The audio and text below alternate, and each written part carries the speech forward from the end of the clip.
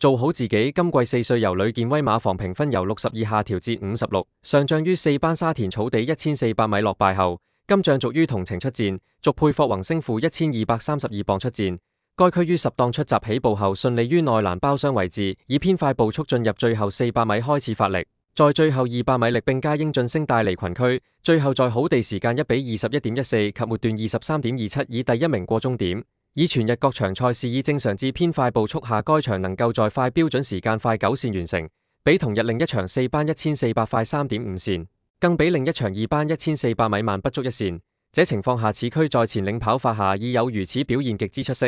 關於此區賽後報告起步時受擠迫，賽後需抽取樣本檢驗。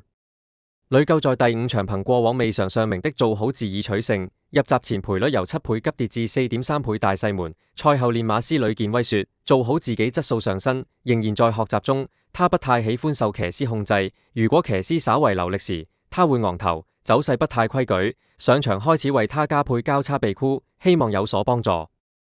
做好自己累積了一定競賽經驗後，加上有配備協助，馬匹本身的評分下調了不少。因此今場順利取勝，我會安排他主攻1400米，希望再為馬主建功。根據上述情況，此匹4歲紐西蘭馬今季已見成熟，質素不俗之馬，相信評分應該還有大幅上升空間。往後賽事仍需密切留意。如果覺得以上資訊有幫助，請訂閱並推薦一下，多謝。今日結果直路上面出頭，將後邊嘅對手掟甩贏馬，嘉應晉升放頭第2，貼欄追上嚟，新力驕第3，第4名係精明選擇。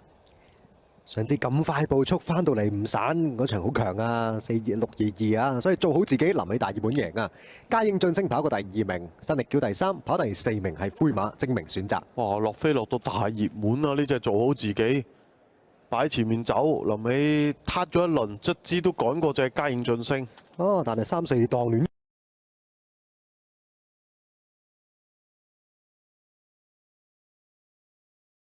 1004大熱暫時係1。